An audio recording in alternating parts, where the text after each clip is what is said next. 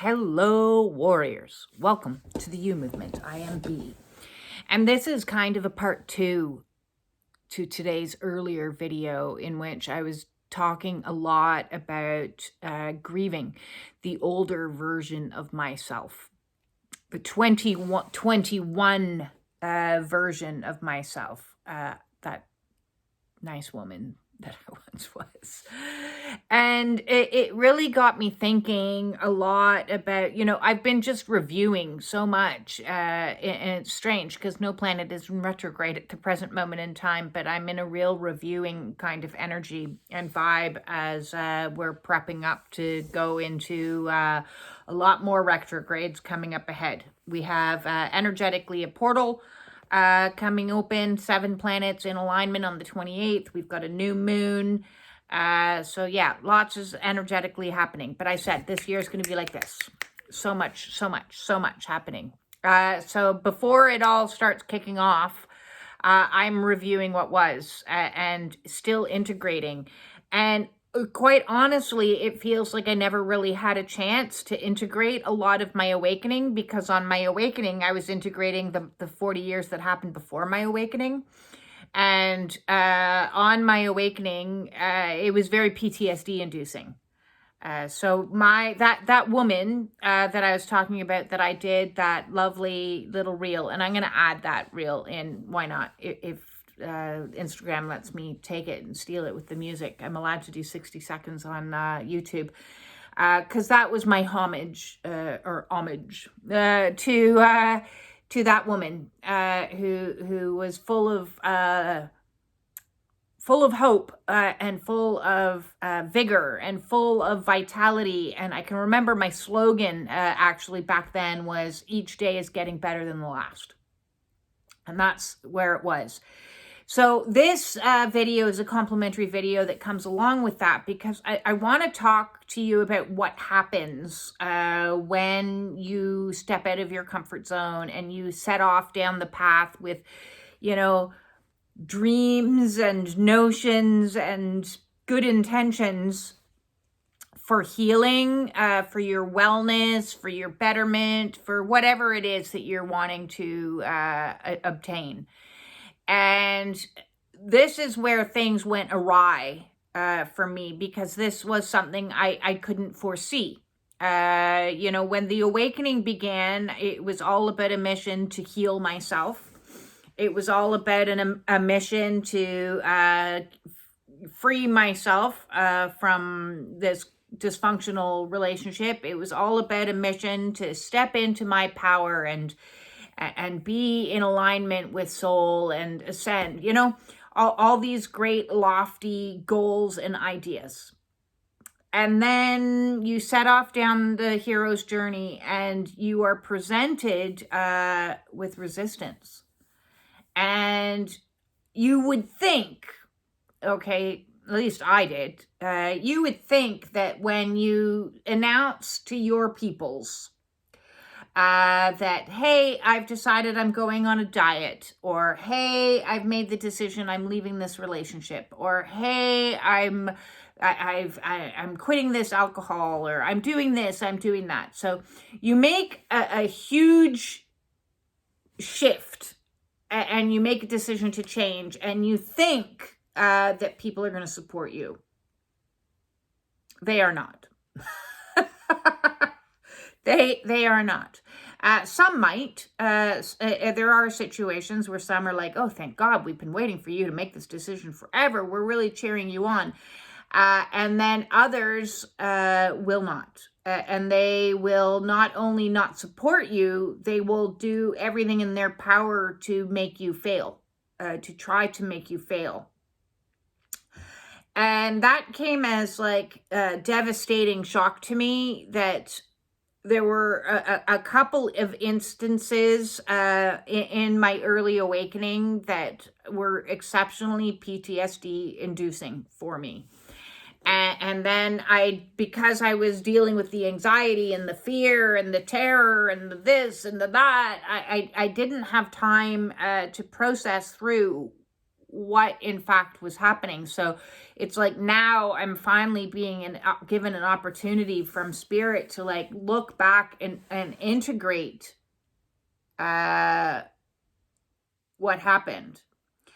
So I'm going to share some things with you, and I'm going to preface it with saying that my experiences may not be the same as yours.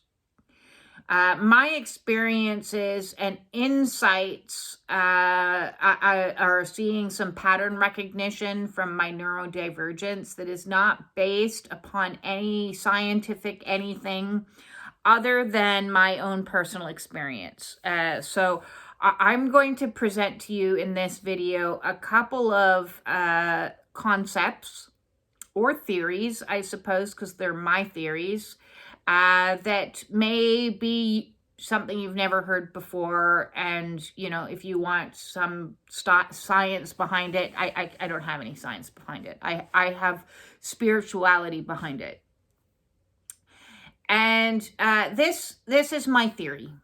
As you know, I was raised by a narcissist. And I'm going to use the term narcissist as opposed to narcissistic person, because normally I don't want to label anybody, because having the label narcissist requires some sort of specialist to give that diagnosis. And I am not said specialist. I am not a psychiatrist. I do not have access to the DSM manual and any of the testing that is, but I did have access to one of the top personality disorder psychotherapists in my 20s, who was the first person to give me the name narcissist. Before narcissist was a thing.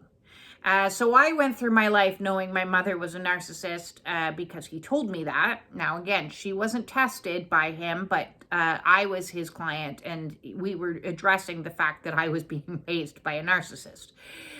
So this was in my around age 26, 27 in Toronto, leading specialist on personality disorders, and he identified that this was the problem, which was fantastic, because at long last I had a name to go along with, I don't know what's happening, because I can't grasp, it's like grasping onto smoke, dealing with a narcissist. There's never any like proof of anything, so you tell stories and they sound fantastical, and why would anybody do that, and mothers aren't supposed to behave like that, and this, that, and the other. So yes, I want to state that that's why I use the term.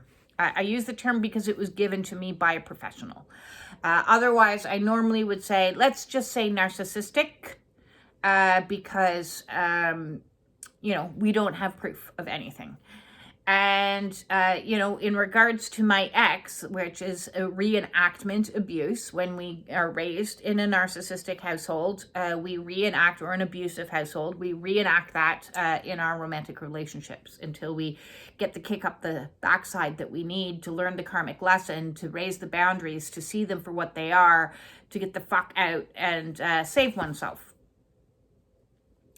So I can't describe my ex as a narcissist. Do I think he is one? Yes, I think he's actually probably a psychopath or a sociopath, but I can't use those terms because I'm not one to test him. Do I think he's a sick fuck? Yeah, I can use that term. That term's not in the DSM. Very sick fuck. And so one of the things that I've noticed, so this is my own personal theory, is that these individuals, it's like they can smell each other. They know each other. They can sense each other. I don't know what the inside club gets. You know, is it a special handshake or a wink, or they just have a body odor that says, you know, I'm not right in the head? Because one thing that I've noticed is they support the other narcissists in your life. If you are like me and you felt like you were in a sea of narcissistic individuals, and you're trying to escape from it's like being in a nest, and you're the little rat, and everyone else is like feeding upon you, and you're like trying to scurry your way out, but they're all like communicating in another language that you don't understand. So I bring this up because when I tried to escape from my abusive marriage, in fact, even let's go back. Before, as I said, it was like years, over a decade that I was with this individual, and I had tried to leave at many times, and I had become so indoctrinated that, as I've said before, one of my rules or obligations was to telephone my mother continually, and I had no privacy, and I had no, she could ask exceptionally drilling questions. So be aware when you're in an environment with somebody who's asking you continual questions that are very invasive. And showing a lack of boundaries, like really getting like, well, why would you do that? And well, what did they do? Really invasive, no personal space or privacy. So she was always, heavily involved with opinions onto my relationship. And she was always encouraging me to get deeper into this relationship, even though in retrospect now, there is no way that anyone that saw us together would not have seen a million flags. There's just no way. Just like there is no way that as a child, that people who were close to my family would have observed that something was off. And nobody, not a single solitary soul, stepped in and tried to intervene, even those that were in positions of power, or adult figures. I've since had people who were the same age as me, or slightly there older, confirm and validate pretty much everything I have said, which is the truth. That yes, something was very amiss in my household, and I was treated atrociously, and they were scared to shit of my mother, as was I. So, people observe dysfunction and they don't get involved, even though they may be in a position to have potentially helped. So, because my circle had become so small, I was reliant on I was seeking validation from friends or family in regards to my relationship all the time, like you do. What do you think? This is what he did. What do you think I should do? This, that, and the other. And I can see now how much they encouraged me to get embedded even deeper. So this is why I say it's like two narcissistic people, or three of the main people in my life. It's like they all knew. And when you're ensnared by one, then it makes it all easier for the rest of them to feast upon you as well. It's like tag team or something. It's like, I'm going to have her this weekend, and I'm going to suck from her during this phone call. And I want you to keep her well contained, so that it's easier for all of us. It's like working together to keep one person under wraps. So, this may be defined as flying monkeys, but I think it really goes beyond that. If you've never heard the term flying monkeys, it's when a narcissistic individual goes through other people to get their needs met, to get their supply met. And so my mother used to say things like, well, it's clear you're never going to get better than him. So yeah, I would marry him. Nothing else is going to come in for you. So that's the best that you can do. Like that was like encouraging me to go ahead with the marriage. And other times people would say very encouraging things, as in to push you deeper into it, as opposed to say, what the fuck is this? And you need to get out of this. This isn't healthy. This isn't good. And so when that 2021 version of me had my wake-up call and my I'm trying to get healthier and trying to get better. These people will do everything in their power to veer you off course, to pull you back down, to regain control, to manipulate the situations, and to prevent you from getting ahead. So I had quit alcohol and cigarettes first, and he then presented cannabis as the next option of what I should be taking to help me with this or that. And so I was like, oh, okay. I had been very anti-cannabis my whole life. My whole life. I was like, no, because I had, when I was younger, an experience with somebody that was always high, and I was like, no, I can't stand that shit. And so, now that I wasn't drinking anymore, now that I wasn't using the foods the way that I was before, now, so here, try this. And I noticed that, and I was like, okay, that's weird. Like, why are you keep pushing it? I went along with it 100%. I went along with it. I don't take ownership of it. But I look back at it now and I go, that wasn't really supporting me in my mission to get healthy. But they were motivated by their own things. And when I made the decision to leave, that's it, I want a divorce. And I turned to my mother first and said, listen, I've made the decision to end my marriage, and I've talked about this in other videos. She called me, she said, I'm gonna have to call you back. So she obviously sat down at the table and made a laundry list of things that she wanted to say.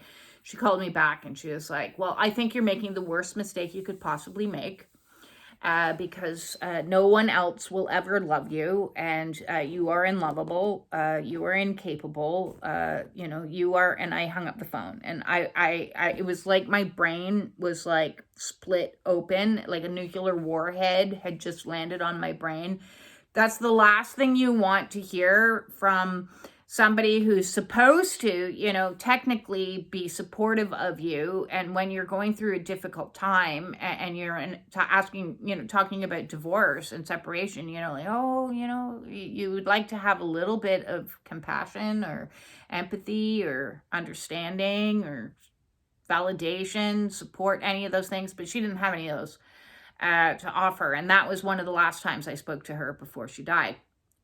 So now I've just made a massive decision to escape from a marriage. I've lost my mother, and then flying monkeys started coming in that he had enlisted through my network to get into their ears, saying things like, well, it's clear that he really loves you. You should maybe give him another chance. And,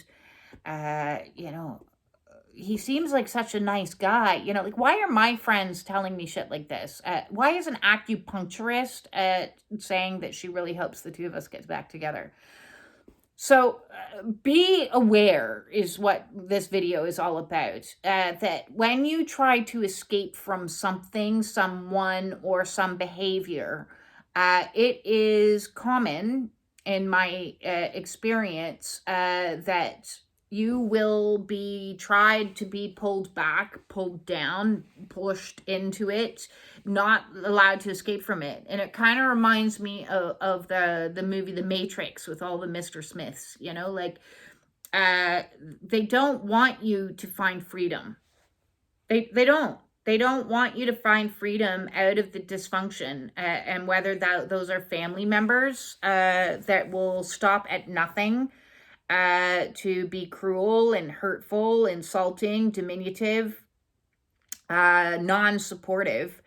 And I mean, I lost because I had previously, that version of me had previously existed in such dysfunction with such dysfunctional people, I lost everyone. I lost absolutely everyone, except for my son, because I looked around and there was no support. There was zero support. So I wanted to bring this up because that woman I see as being past. She's no longer, she doesn't exist, because when all the support, when she was excited, she was feeling great energy, I'm going to change this, I'm going to change that. And then what was worse was all of the attempts to destroy her, and in so doing, I had to step in and become the warrior, and that's where you see a shift in me, and I had to step into my masculine energy and fight like it was fighting for my life, because it was fighting for my life. I am amazed at not only the lack of support, but the overt attempts to thwart any success of escaping from dysfunction. So when you quit alcohol, be aware that your drinking buddies aren't going to be tapping you on the shoulder saying, go you. When you lose the weight, the people that derived pleasure out of you being ill or having power over you for being ill aren't going to support you on your weight loss. You really have to open your eyes and question, what does support look like and feel like? And am I receiving it? Even though you may have very close ties with people, when you step into your personal power, if they themselves have not done their own healing work, they may be jealous, they may be resentful, they may be threatened, they may be angry because they can no longer use you as their source, their supply, their energetic supply. So like narcissistic people love to trigger you and poke you and prod you and reactionary abuse you and control you and manipulate you and lie to you, all so that you're there available, your lunch. You're their lunch. And so when the lunch stands up and says, fuck this, I'm not going to allow myself to be eaten anymore, I'm out of here, those that are around you that have been feasting on you or gaslighting you or propping up the individual that was abusing you. And it takes an entire structure. A narcissistic individual builds a structure around their supply, so the supply finds it very difficult to escape, because as I just said, they try to go to somebody else for support and they get pushed right back in. So that can happen in a multitude of ways. That can happen as a flying monkey, because they themselves have been so fed so much misinformation that they actually believe that the narcissistic person is like good, nice, and charming, and not, because they're excellent performers.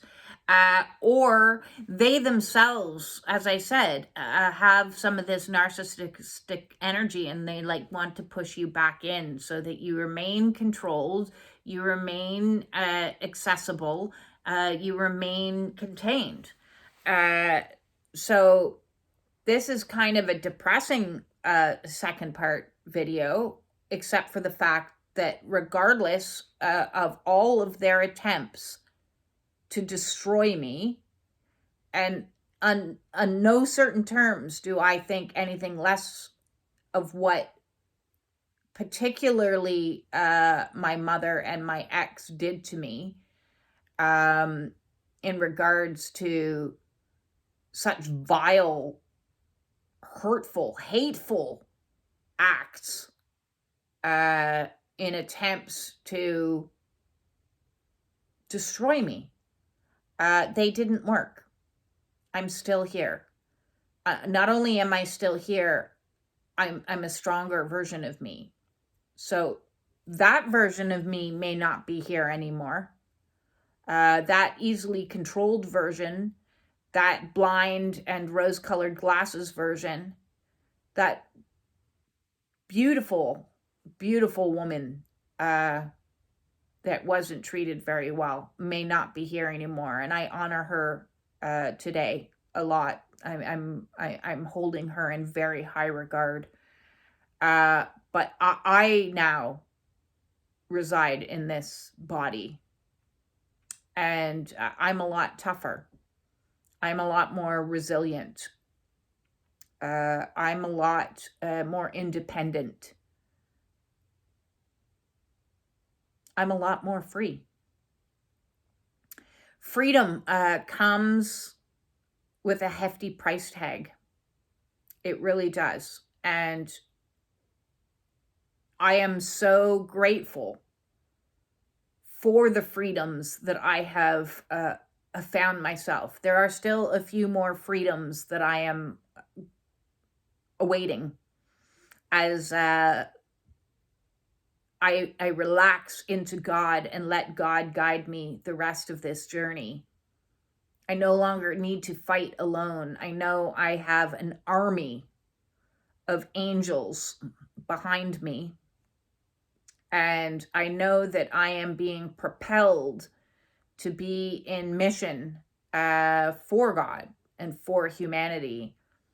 And that means even more so that there has been a lot of fuckeries, not just by people, but spiritual fuckeries and dark energies and spiritual warfare, which I don't talk about very much because I don't want to get into the dark stuff.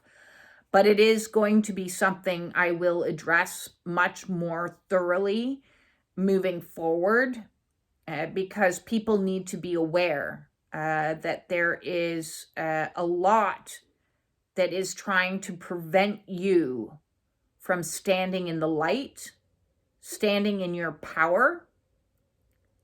And despite how absolutely difficult it might be,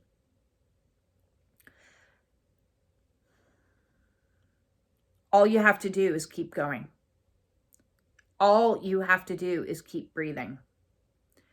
Some days you're not going to accomplish a lot, and that's okay. If you breathe, you've done it. That's your mission. That's your number one mission, is just keep going.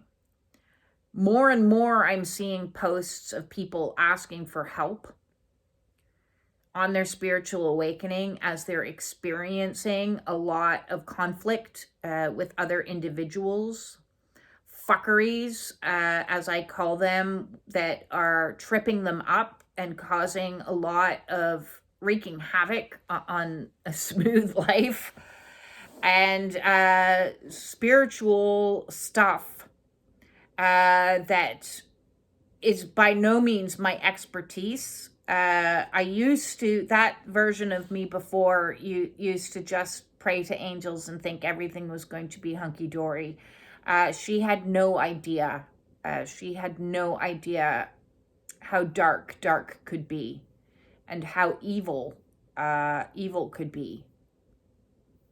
But I don't deny evil anymore. And I was terrified of it for a very long period of time. I was terrified that the dark would consume me. But it didn't. Because I found my own personal power. And every day I gain more strength. Every day I feel safer and more secure in my body. Every day I know I am protected by God and by all the light energies. I know that what was stolen from me energetically and other ways will be returned to me. I have absolute faith in that. I have absolute faith. I don't need to go and seek retribution. I don't need to sue anyone, although I could. There's a good few people I could sue. But I'm not going to do any of those actions. I know that this is in God's hands, that I am in God's hands, and I have been transported into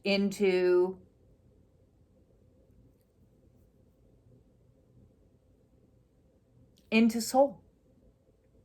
Into soul.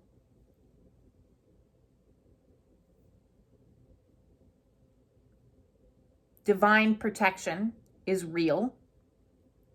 Divine guidance is real. And the light is bringing us home. And that's the ultimate goal. So I'm sorry if today's second part video is a little bit dark and dismal, but I did want to give you the heads up that when you break free, there will be resistance that you will experience, and even that is a spiritual lesson in helping you master your own strength and your own power, and standing in a position of power, because you'll have to learn how to have effective boundaries from these types of individuals that want to fuck with you. And I'm a firm believer in no contact and blocking and no access. I even changed my locks on my front door, like zero access is the best thing you can do. And I know it hurts. Listen, I understand. To go no contact with, a parent or somebody you've been married to over a decade, at times feels like the best thing in the world, and at other times it's going to feel like the worst thing in the entire world, because there is a withdrawal that comes along with it, because your brain chemistry has been completely and utterly hijacked. And when it comes to spiritual warfare, creating healthy practices in regards to clearing and standing in your power, one of the most important lessons I learned in regards to that is to rely on self. For a long period of time, I thought I needed something outside of myself to give me strength and to give me power. Like I needed the Bible, or I needed these crystals, or I needed the smudge, or I needed the incantation. And what I needed was to stand on my own 2 feet and say no. Is what I needed, because in the state of fear, when you are experiencing a lot of PTSD and you're experiencing a lot of dark energies coming at you routinely, there's many times that I was in my bed over the last few years, absolutely terrified, like abject terror. Spiritual crisis is a very scary thing to go through, and I don't want anyone to feel like they're alone or going crazy when weird shit starts happening that is terrifying to them. Please do not suffer in silence. Please reach out to me if you are going through exceptionally dark times and you need some tools and some assistance to help pull you out of that. I see everywhere around me now, everywhere, a lot of people that are in a desperate way and going through desperate times and not understanding thoroughly what's happening. The energies are getting more and more intense. So I'm sending everybody my absolute love and support as you navigate letting go of an earlier version of yourself and stepping into a more empowered version of yourself where you will be tested and tested and tested again, and you will get resistance, and you will have fuckeries, and you will have people doing the meanest, cruelest, evilest shit ever.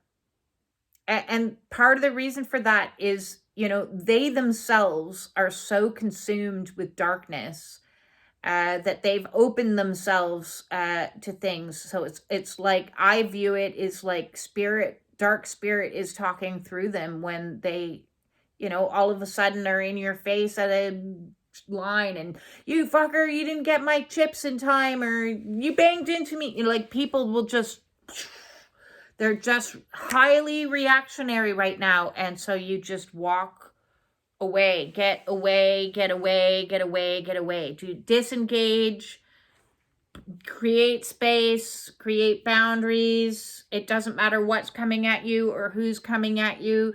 Create as much space as you can possibly create with the widest and thickest of boundaries that you can possibly make, and be safe. Number one, be safe. I have done a million videos on being safe and cultivating safety and security, and going through dark night of the soul and going through spiritual crisis and anxiety and all the rest. Please check out the Dark Night of the Soul playlist if that's what's happening to you. I have an awakening playlist. I have a void playlist. I have a grounding playlist. I have like playlists, and more playlists to help facilitate you through the more challenging and difficult stuff on your journey. With that said, if you would like to book a one-on-one with me, please reach out and let's get something on the books and we can discuss. Trust me, even some of the weirder stuff I've heard a lot of weird. I've experienced a lot of weird. I know weird. I know scary. I know.